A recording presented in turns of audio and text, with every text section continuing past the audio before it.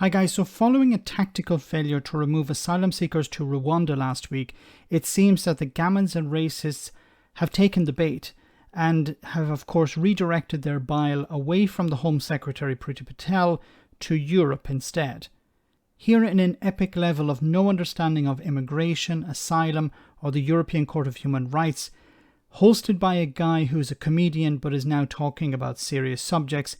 Now, I asked this before and I'll ask it again. Is this a parody, a dark one, but still a parody? Have a listen. It's disgusting, isn't it, that our sovereignty has once again been overruled.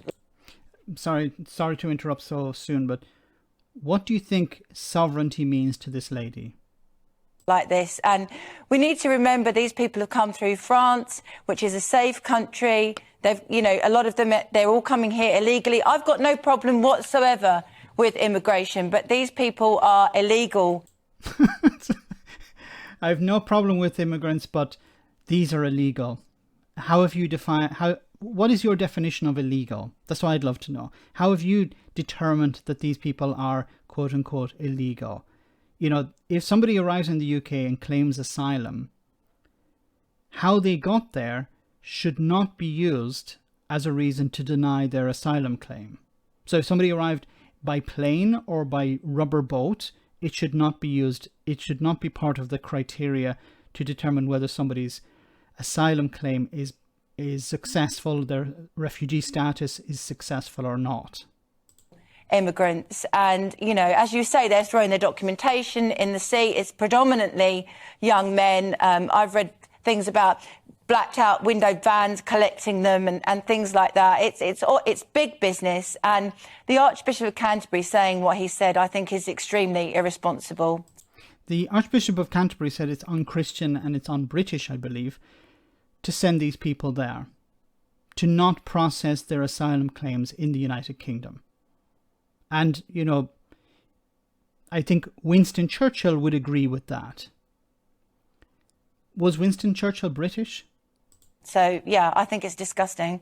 I think, Mike Porky Parry, that if there was an election tomorrow and Boris Johnson basically sought a mandate to get this sorted, he would achieve another landslide.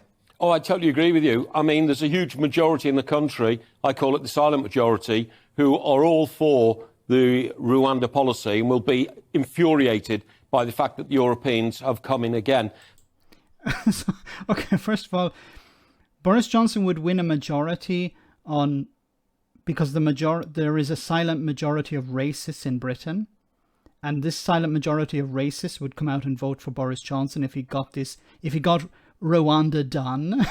Would that be the new slogan? And then of course he points to the Europeans, because the Europeans coming in here. I think he's referring to the European Court of Human Rights, which includes a British judge and includes countries that are not members of the European Union, including Ukraine and Turkey. But let's just blame Europe. The Human Rights Act that Tony Blair introduced, I think it was a year after he got into power, 98, should have been scrapped the moment Labour were out of power. This is extremely frustrating to listen to. The ignorance, and there's no pushback on this ignorance. The Human Rights Act is fundamental to the Good Friday Agreement. So this idiot here, this Brexiteer, and once again, let's call a spade a spade. Brexiteers do not care about peace in Northern Ireland. Brexiteers do not care about the Northern Ireland peace process. They don't care about the island of Ireland. They don't care about what happened. They do not give one crap about that. Here he's talking about getting rid of the Human Rights Act, a very important part of the Good Friday Agreement, because we don't like refugees. Yeah, to hell with peace in Northern Ireland, to hell with the whole peace process, because I don't like foreign voices when I go to the local supermarket, or people who are racist, I need to throw them some red meat from time to time. I don't know if this guy is a racist, but he obviously is speaking to them. Gordon Brown, of course, was the last Labour MP, because what it was basically doing was keeping the doors open for free-flowing immigrants to come to this country under the guise of the movement of Labour around Europe. And what it basically did was it kept the price of labour in this country down rock bottom, and therefore the cost of living down rock bottom. So refugees, sort of, I'm trying to get my head around this, okay, so be patient. The reason that there's a cost of living crisis is because of immigrants. And these immigrants came into the country and drove down the prices of labour. And that's why everyone is poor now, after Brexit. Very poor after Brexit. But look, first of all, there's very little evidence to support the claim that immigrants drove down wages. Immigrants actually contribute to society because most of them want to work. Most of them want to live in the country. They want to build a life there, buying a house, renting a house, having kids, maybe sending kids to school. Those kids grow up to become doctors or lorry drivers or bin men or whatever. This is them contributing to society. Now, of course, there will be some people who will not, but they are a minority, just like in the rest of society. Which suited Tony Blair, Gordon Brown, all their mates in the city, and another very powerful lobby, and that is the lawyers, the human rights lawyers. The human rights lawyers lobby, the human rights lawyers industry is massively productive, it's powerful, it generates hundreds of millions of pounds, almost to the extent where you could say that the benefit to the people who are being illegally smuggled into this country is not just for the evil people who are putting them in the dinghies in the English Channel, it's also massively benefiting a lot of people in this country who work in that legal industry. And I have to say, because it's true... Before we get to the true part, so he's basically saying there's somebody profiting at the beginning, the people smugglers, and there's somebody profiting at the end, the human rights lawyers. And these two groups are pretty much the same. Once again, I ask, is this a parody? This has to be a parody. No one seriously thinks in this way. Or if he thinks he is either really weird or he thinks that his audience is that stupid. I don't know which it is. Tony Blair's own wife, Sherry, was a leading proponent of those who work in that industry, the human rights legal industry. Industry. I didn't know it was an industry. I know it's a group of lawyers. But they're an industry? It makes it sound like some sort of business. Okay. Ingrid, we can debate how many people should be welcomed into this country that have a claim for asylum. The issue is not the scale of migration into the country, it's the manner of it. We must have due process. Yeah, but I think there is a scale of it too. We are really, really overcrowded. What? You do understand that there's a shortage of workers at the moment, that farmers are letting fruit and vegetables rot in fields because they can't get the staff to pick them. And even if they can get some of the staff to pick them, they can't get the staff to pack them. And if they can get the staff to pack them, they sometimes have to wait for a long time for a truck to arrive because there's a shortage of heavy goods vehicle drivers.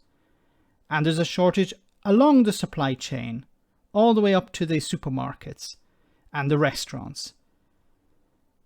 So how can you say that it's overcrowded? The cost to the country, the economy.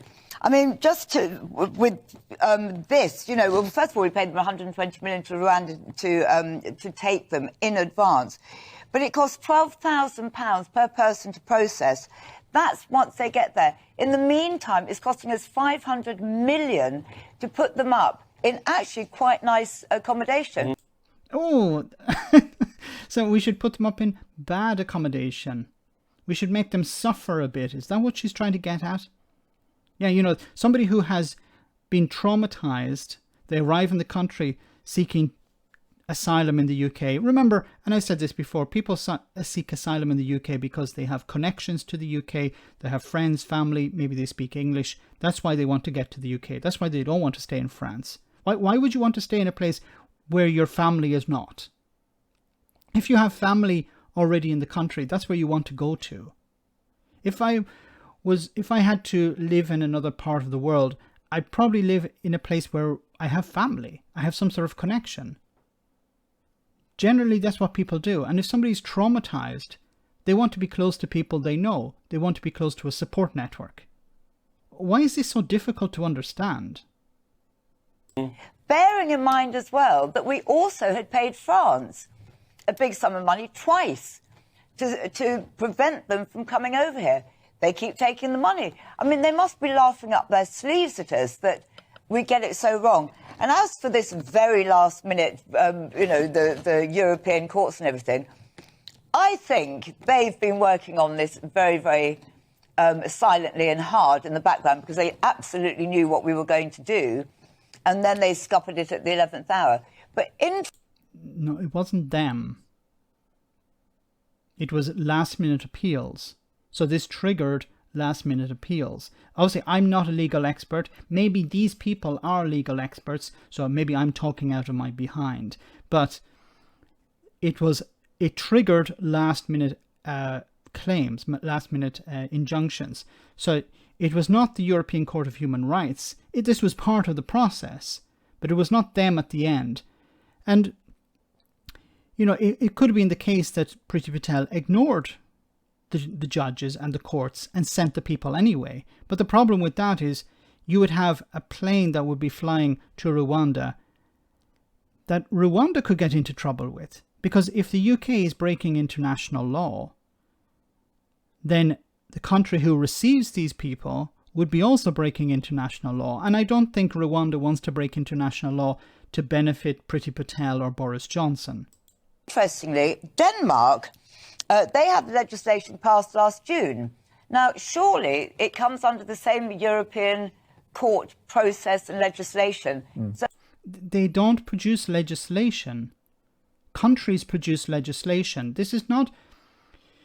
The European Court of Human Rights is not producing legislation. It doesn't cover the same... I don't know what she's trying to get at here. Denmark is a sovereign country. I thought, you couldn't get your sovereignty back. What Denmark is doing has been criticized by human rights organizations. So you want to be like Denmark, is that right? So I don't know how, in that post... Finally, I don't know. We've got to the crux of the problem here. Each of them don't know what the heck they're talking about, but they surely have an opinion on it. And this is the big problem with the likes of GB News. I don't know, but I'm going to say a lot about it. Let me know in the comment section, guys, what you think about all of this. As always, your comments are greatly appreciated. Thanks a lot.